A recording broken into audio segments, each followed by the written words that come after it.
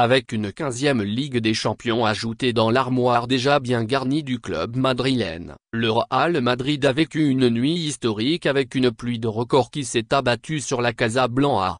La finale de la Ligue des Champions a eu lieu ce samedi soir sur la pelouse de Wembley. Le Real Madrid est venu à bout du Borussia Dortmund, 0-2, grâce à des buts inscrits en seconde période par Dani Carvajal et Vinicius Junior. Ce succès glané dans la douleur après avoir été dominé dans le premier acte permet à la Casablanca d'empocher une 15e coupe aux grandes oreilles de son histoire, soit 8 de plus que son dauphin de l'AC Milan. Une maîtrise totale, une domination singulière, une souveraineté inédite. Les mots manquent pour décrire le poids du Real Madrid dans cette compétition. Et cette victoire contre le BVB ne fait que confirmer une seule chose, les meringues sont difficilement prenables dans cette compétition. Une hégémonie sans concurrence que la Casablanca pourrait bien poursuivre avec l'arrivée prochaine de Kylian Mbappé. Nous sommes très heureux. Gagner une Ligue des Champions n'est pas facile. Madrid dans cette compétition a une histoire que tout le monde connaît. Ils sont plus motivés, ils grandissent, nous avons fait une bonne compétition et nous méritons cette coupe,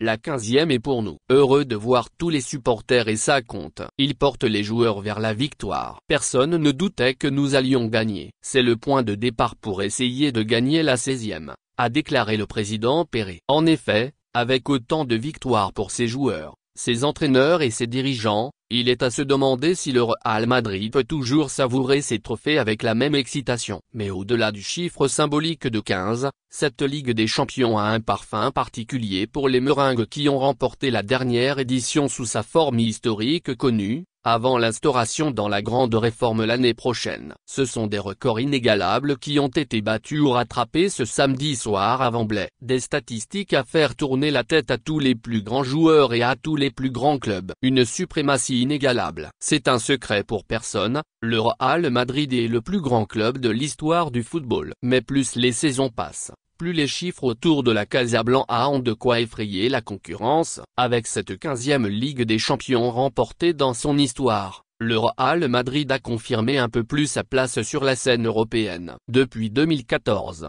les meringues ont remporté la C1 à 6 reprises, soit un succès de plus que toutes les autres équipes réunies sur la même période, Barcelone, Liverpool, Bayern Munich, Chelsea et Manchester City. Avec une 15e victoire dans la coupe aux grandes oreilles, le club madrilène a remporté autant de fois la compétition que tous les clubs anglais dans l'histoire et plus de fois que les clubs italiens, 12 victoires, et les clubs allemands, 8 victoires. L'édition 2023-24 restera gravée dans les mémoires pour une autre raison. Les troupes de Carlo Ancelotti sont restées invaincues cette saison pour la première fois de leur histoire dans une Coupe d'Europe. 9 victoires, 4 nuls. C'est la deuxième équipe espagnole à remporter le trophée sans défaite après le FC Barcelone version 2005-06. La dernière finale perdue par le Real en remonte à la saison 1981, il y a 43 ans. C'était face à Liverpool. Au-delà de l'aspect purement collectif et historique propre à l'institution, plusieurs membres de l'organisation madrilène peuvent se vanter d'avoir inscrit leur nom individuellement dans des pages très fermées du grand grimoire de la Ligue des Champions.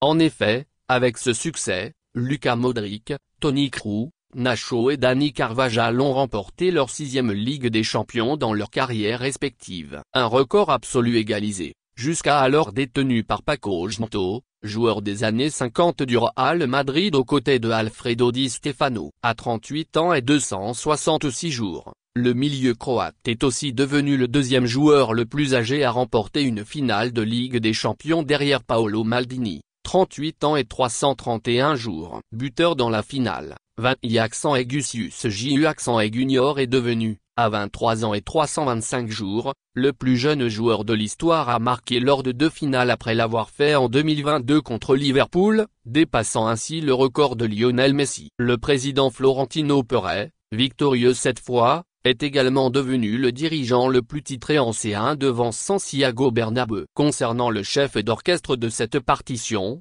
Carlo Ancelotti, déjà l'entraîneur avec le plus de victoires et de matchs dirigés dans la compétition, a remporté une 5e coupe aux grandes oreilles, agrandissant encore plus l'écart avec la concurrence des records chez les entraîneurs devant l'anglais Bob Paisley, l'Espagnol Pep Guardiola et le Français Zinedine Zidane. Le football se joue à 11 contre 11 et à la fin, c'est le Real Madrid qui gagne.